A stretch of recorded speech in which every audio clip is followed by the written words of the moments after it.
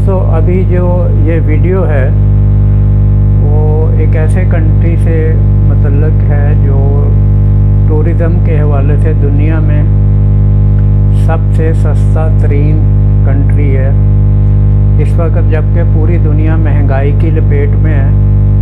तो आज भी ये कंट्री जो है उसमें आप एज ए टूरिस्ट 15 से 20 डॉलर के बराबर एक दिन में अच्छा गुजारा कर सकते हैं, जिसमें आप अच्छी जगह पे उसमें रह सकते हैं, हॉस्टल वगैरह में या गेस्ट हाउस में, और खाना भी अच्छा खा सकते हैं और ट्रैवलिंग भी बहुत सस्ती है वहाँ पे। मैं जिक्र कर रहा हूँ इस वक्त ईरान का। ईरान में अभी भी महंगाई नहीं है जितनी कि दूसरी ममालिक में, जैसे यूरोप में इस वक्त 30 से 40% महंगाई चल रही है मुख्तलिफ़ कंट्रीज़ में, जहाँ लोगों के बिल पिछले साल इन दिनों 50 यूरो के आते थे यूटिलिटी बिल्स, आप इस वक्त 200-250 यूरो के आ रहे हैं। ये जो एनर्जी क्राइसिस चल रहा है, लेकिन ईरान बदस्तूर अभी तक दुनिया की सस्ती तरीन बिजली जो है अपने लोगों को वो प्रोवाइड कर रहा है। पेट्रोल भी बहुत सस्ता दे रहा है।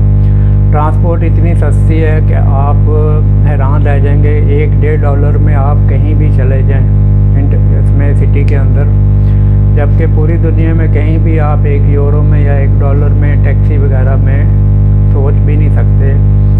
ब्रेकफास्ट आप $1 से $2 में बेहतरीन कर सकते हैं और कहीं और नहीं कर सकते।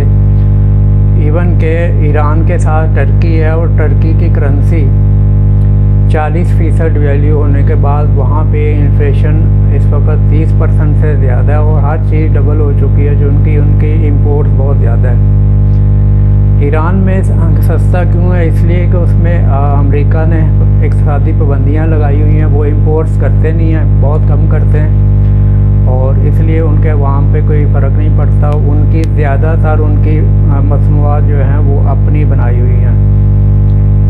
तो इसकी ईरान की इस वक्त कुल आबादी 9 करोड़ है और कैपिटल सिटी तेहरान है। करेंसी इनकी ईरानी तुमान या ईरानी रियाल है, जो $1 का 42,000 आता है। $1 के बदले में 42,000 ईरानी तुमान आते हैं, चाहे उसको आप रियाल भी कह लें। तो उसमें टूरिस्ट जो हैं वो बेहतरीन तरीके से गुजारा कर सकते हैं। अगर कोई वहाँ जाके रहना भी चाहे तो उसको अमेरिका यूरोप की निस्बत ईरान फ्री में लगेगा। ईरान में 30-35 हज़ार पाकिस्तानी, जो कि तकरीबन आप समझो कि $100 बनते हैं। $100 में शानदार किस्म का अपार्टमेंट महीने पे रेंट पे मिल जाता है, जिसमें यूटिलिटी कॉस्ट ना होने के बराबर है। जबकि अगर आपने अच्छा अपार्टमेंट रेंट पे अमेरिका यूरोप में लेना हो तो $1,500 से लेके $200 या $2,000 या यूरो महीने का सिर्फ किराया देना पड़ता है वहाँ पे, जबकि यूटिलिटी की कॉस्ट तकरीबन 200 से लेकर 300 यूरो और डॉलर है। अगर डिपेंड करता है कि आप यूरोप में रह रहे हैं या अमेरिका में रह रहे हैं। तो उसमें ईरान के चूँकि अब सऊदी अरब के साथ चीन ने सुलह करा दी है और मई के फर्स्ट वीक तक दोनों ममालिक एम्बेसीज भी अपनी दोबारा से खोल लेंगे। इस सिलसिले में उन्होंने अपने मुज़ाकरात कर लिए। उसके बाद ईरान और भी पुरअमन और लिबरल कंट्री जो है बन जाएगा। 2-3 चीज़ें ऐसी हैं जो टूरिस्ट को और जो भी जाए उसको जानना ज़रूरी है। पहले तो ये है कि वहाँ पे इक़्तिसादी जो पाबंदियाँ अमेरिका ने लगाई हैं उसकी वजह से क्रेडिट कार्ड और डेबिट कार्ड नहीं चलते, यानी आप अपने कार्ड वहाँ यूज़ नहीं कर सकते, आपको कैश रखना होगा अपने पास। लेकिन मेरे हिसाब से अगर आप $1,000 भी लेके ईरान में एंटर हो जाएं तो भी आप महीने से ज़्यादा बेहतरीन तरीके से आप गुजार के आप टूरिज़म करके वापस आ सकते हैं। दूसरी 2-3 चीज़ें हैं वो भी आपको बताता चलूँ कि ईरान में ना तो आपको डिस्को क्लब मिलेंगे, ना वाइन शॉप मिलेगी। तो जो टूरिस्ट डिस्को किस्को के लिए जाना चाहते हैं वो ईरान की तरफ ना जाएं, वो किसी और कंट्री की तरफ चले जाएं, उसमें जहाँ भी उनको कोई अच्छा लगे। लेकिन ईरान में ये चीज़ें दस्तयाब नहीं हैं, सख्ती है वहाँ पे। लेकिन ईरान पहले से बहुत बदल चुका है। ईरान अब वो पहले वाला नहीं है। मैं आपको वीडियो दिखाता हूँ, उसमें आप देख सकेंगे कि ईरान का लाइफस्टाइल पहले से कितना चेंज हो चुका हुआ है, फैसिलिटीज़ है वहाँ पे।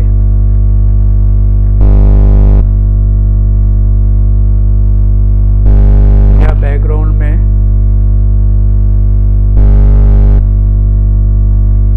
वीडियो देख सकते हैं ईरान के शॉपिंग सेंटर की वीडियो है, और आपको लगेगा कि आप किसी यूरोपियन कंट्री में आ गए।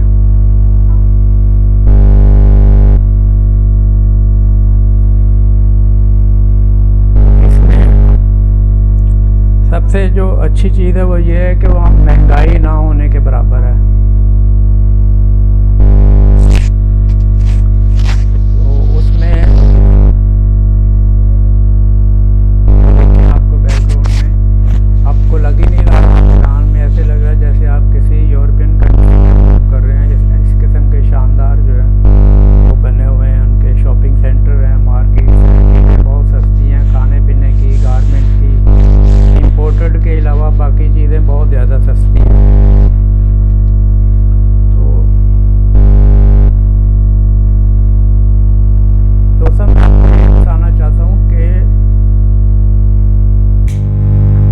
ईरान का वीज़ा बहुत आसानी से मिलता है, उसकी कोई शराइत नहीं है।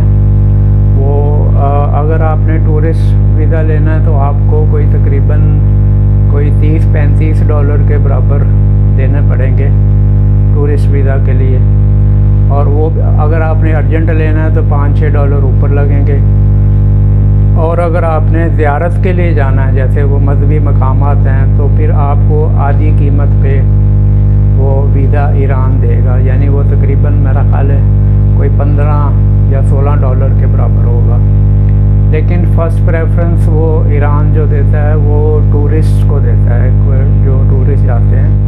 तो उसमें भी फ़ीस इतनी ज़्यादा नहीं है, $30-35 की बहुत बड़ी फ़ीस नहीं। इसमें अब देखने में ये आ रहा है कि पाकिस्तानी इंडियन यूट्यूबर बहुत जा रहे हैं वहाँ पे। वो ईरान को बहुत एक्सप्लोर कर रहे हैं वहाँ पे, और ईरान टोटली एक डिफरेंट कंट्री नज़र आ रहा है।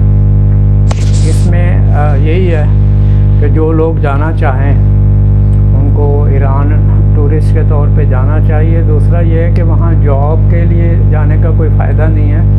एक तो जॉब मिलेगी नहीं, क्योंकि विजिट वीज़े पे आप जॉब नहीं कर सकते। हाँ, अगर बिज़नेस आप करना चाहें तो आपका वीज़ा भी एक्सटेंड हो जाएगा, बिज़नेस कर सकते हैं। लेकिन उसमें आपको एक प्रॉब्लम ये आएगी कि आपको ट्रांजैक्शन, आपकी बैंकिंग ईरान से बाहर नहीं हो सकती।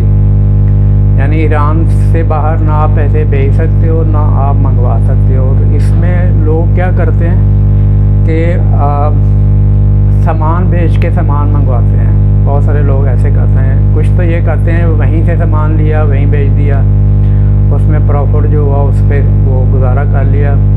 कुछ ये करते हैं कि ईरान से सामान ख़रीदा, किसी और मुल्क में भेज दिया और वहाँ से मंगवा लिया। इस तरह से करके तो वो उनको पैसे जो हैं वो भी आ जाते हैं।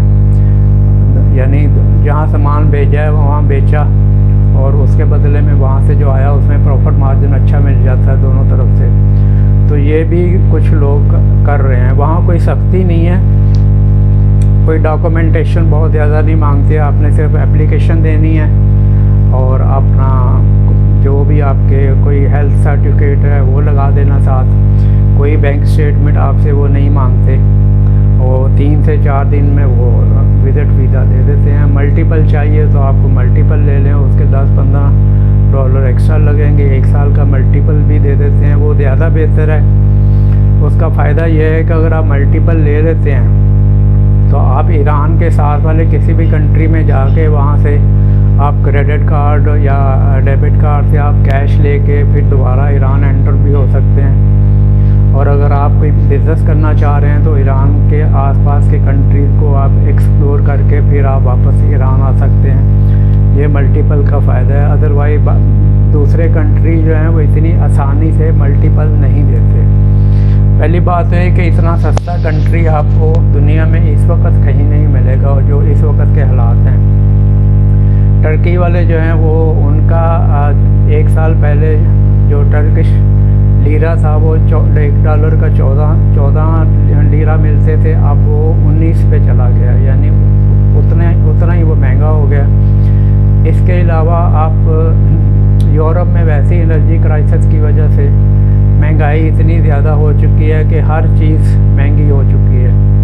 अब लोग यूरोप में और अमेरिका में और जो यूके में जो लोग रह रहे थे वो सब परेशान हैं कि उनको महंगाई के साथ साथ बिजली के बिल, यूटिलिटी बिल उनको डबल से भी ज़्यादा आ रहे हैं। तो ये एक तरह से जो है वो डिसएडवांटेज हो गया इन यूरोप और उसमें अमेरिका कनाडा जाने के लिए, सेटल होने के लिए।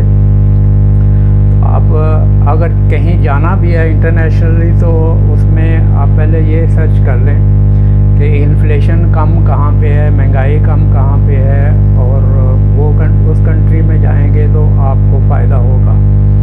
ये अगर आपको वीडियो अच्छी लगी आप इसको कमेंट करें, लाइक करें, सब्सक्राइब करें, और ये है कि कोई चाहिए तो आप वो भी ले सकते हैं।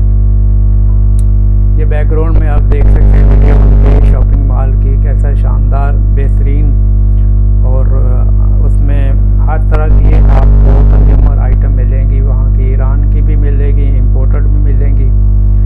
और वहाँ पे ईरान में जो टी-शर्ट्स हैं वो $1 से $2 की शानदार किस्म की मिलती हैं, बेहतरीन क्वालिटी की, जो किसी और में उस प्राइस में नहीं मिलेगी। तो ये मैं आपको बताऊं कि उनका चूँकि $1 के 42,000 तो मन आते हैं, अगर कोई 1 लाख की भी चीज़ ख़रीदता है तो वो $2.25 बनेंगे, उससे ज़्यादा अमाउंट नहीं बनेगी। तो इस हिसाब से आप ये चीज़ें जो देख रहे हो ये कम से कम यूरोप अमेरिका में हो तो आपको 300 से $500 या यूरो देने पड़ेंगे, जबकि यहाँ आपको ये 5 से $6 के बराबर इसकी वैल्यू दिखा रहे हैं, ज़्यादा से ज़्यादा $10 के बराबर वैल्यू है।